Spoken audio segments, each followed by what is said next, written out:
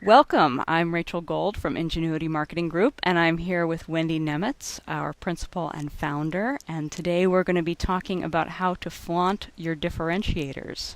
People really make up their minds very quickly, don't they, when they see you, what they think of you. Um, Talk a little bit about how we explain that to our clients, how fast that happens, and how emotional it is. It happens in about 2 seconds, actually. Humans are always assessing and judging one another. So they're always looking at the new person in the room, whether they know them or not, and immediately deciding, do I like this person? Do I not? Is this person safe? Is he dangerous? Is she pretty? Is she ugly? Are they credible? Are they trustworthy? Will I listen to them? Will I believe them? And you know what's interesting is the same with firm brands, and people don't realize it. I get a lot of senior leaders say, oh, it's just a website. Nobody goes to our website. My clients never go to our website. Well, it's true. It's sort of like after a while, you don't really look at your spouse. Your clients don't go to your website, but prospects do, referral sources do, people that need to refresh their idea of you and information of you. So when they go to your website, they can see a navy blue suit with a white shirt, or they can see a crumpled khakis with an ugly golf shirt, or they can see someone who's distinctive and interesting and someone they'd want to buy from, even if they're not the cheapest vendor. So in personal branding and in firm branding, that recognition is instant and it's very emotional. It's, do I want to be with these people? Do I want to join this firm? How much do I think this person is worth? How much do I think this firm is worth? That packaging on the outside of us, whether we're a firm or an individual, is critical. And what does it take to change that first impression? You know, if people have seen your site or they've seen your suit and they made their mind up about you, how long does it take to change their mind? It can take quite a while, actually, to change someone's mind about who you are or who your firm is. But the first thing you really have to do is you have to go against the image that they have of you. So if, for example, you've always been kind of staid and boring and you want to shake things up in the marketplace, you have to start wearing something a little interesting. You need a new website. And then, more importantly, for a firm especially, or even for individuals, is you need a series of messages, of ways to speak about yourself or your firm or your service that's interesting and distinctive instead of the same old, same old. And let me give you some same olds. We offer quality service. We care about our clients. We are highly qualified professionals. Nobody cares. It's sort of the same as saying, I went to college when I'm 53 years old. Nobody cares. You really have to amp it up a little. You need to have a conversation that's more important, more memorable, and more interesting with other human beings. You know, in the 90s, I was doing a lot of direct mail writing, which was a really good thing for a marketing person to do because in direct mail, you can change just a few words in the opening line and you can have a huge success rate or a huge failure rate. And I took a class from a guy that used to write donation letters for charities. And he would write these 9-page letters and get these enormous responses. He was such a popular trainer that he demanded that people delivered to him a car, which I think was a Viper, maybe a Dodge Viper sports car, before he would come and talk to them. And the funny thing about his Dodge Viper request, well, it wasn't a request, it was a demand, was that people thought he was better because of it.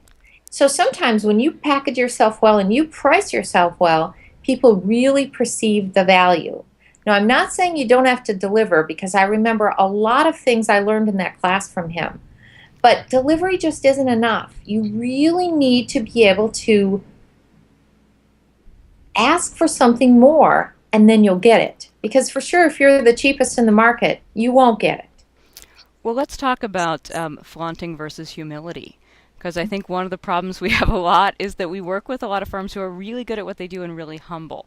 They might be actually put off with the notion of flaunting. So, how are we going to persuade them that they need to flaunt a little bit?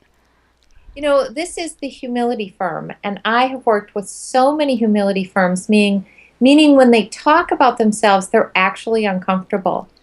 And you know what's fun about branding these firms is most of the time we call up their clients and they say the most astounding, emotional, really grateful things about them. So the firm people might tell us, oh yes, it's a pleasure to serve our clients. They're very loyal to us. And then I know we have a humility brand. And I'll call the clients and they'll be like, this particular group has saved us and they saved our business. And it's really amazing the difference in stories.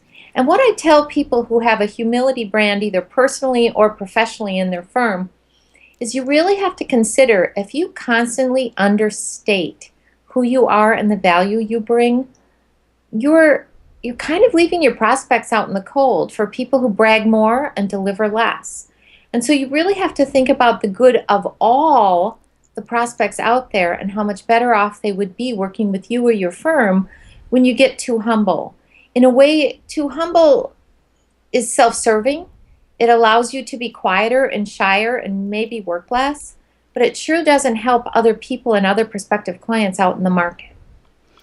Now, when it comes to flaunting my differentiators, um, when you say flaunt, I might think, high heels, feather boa, way over the top. No. And we have a good way of customizing this for and starting where people are at. So tell me, if I'm humble and shy and you want me to flaunt a little bit, what should I be doing?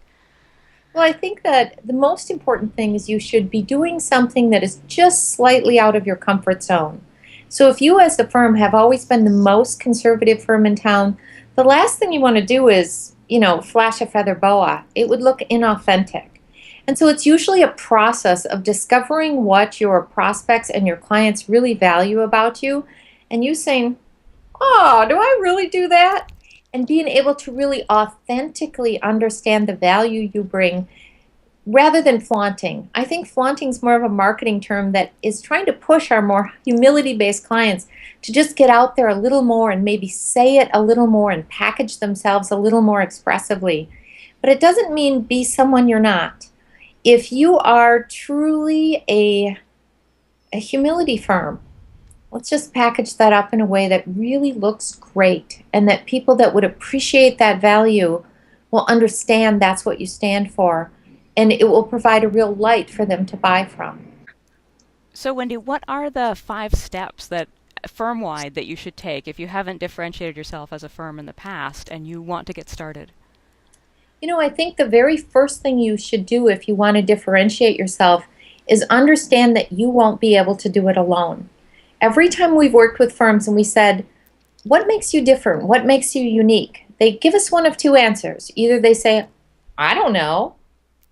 We might be just like the other guys. Or they say things that everyone else is claiming, like they provide high quality work or very good relationships with their clients or technical expertise.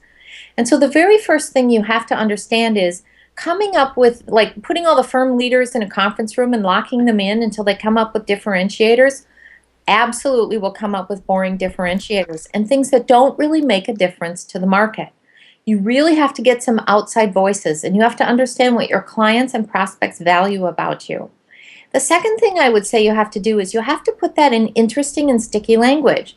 So if your clients all say, well, we love how you love us, meaning, you have really good client service and you care about us, having it said as really good client service is about as boring as anything you can imagine. So you really have to use some people who are wordsmiths to come up with distinctive and interesting ways to talk about that quality. And really, then the third thing is teach your entire team about that quality and make sure they know how to talk about it in a sentence, in a proposal, in a networking meeting when they're talking to their own clients, and how to use it as a question in a prospect meeting. The fourth thing I would probably say is it's time to dust off that 1980s decorating, okay, 1970s for some of you, and redecorate. It's kind of like going through your midlife crisis and losing some weight and updating your wardrobe. Well, do that for your whole firm. Have a design professional go through your firm and say, this, gray interior doesn't provide the zing that people expect from you.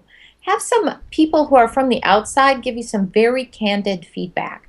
And frankly, I'd pay them to do it because most of the time when you don't, they're a little afraid to make it that candid. For example, when it's your sister-in-law giving you that feedback, it might be a little less than candid. And the last thing I would do is I would make a splash and do some different things.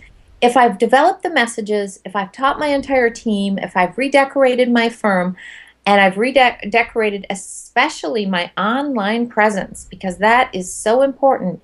Is I would do something really cool like an event or a charity or something that really zings up and warms up the relationship. I think the way to differentiate yourself is in a lot of small actions, but those actions surround a core of really understanding how you're different and the language that really makes that work for you.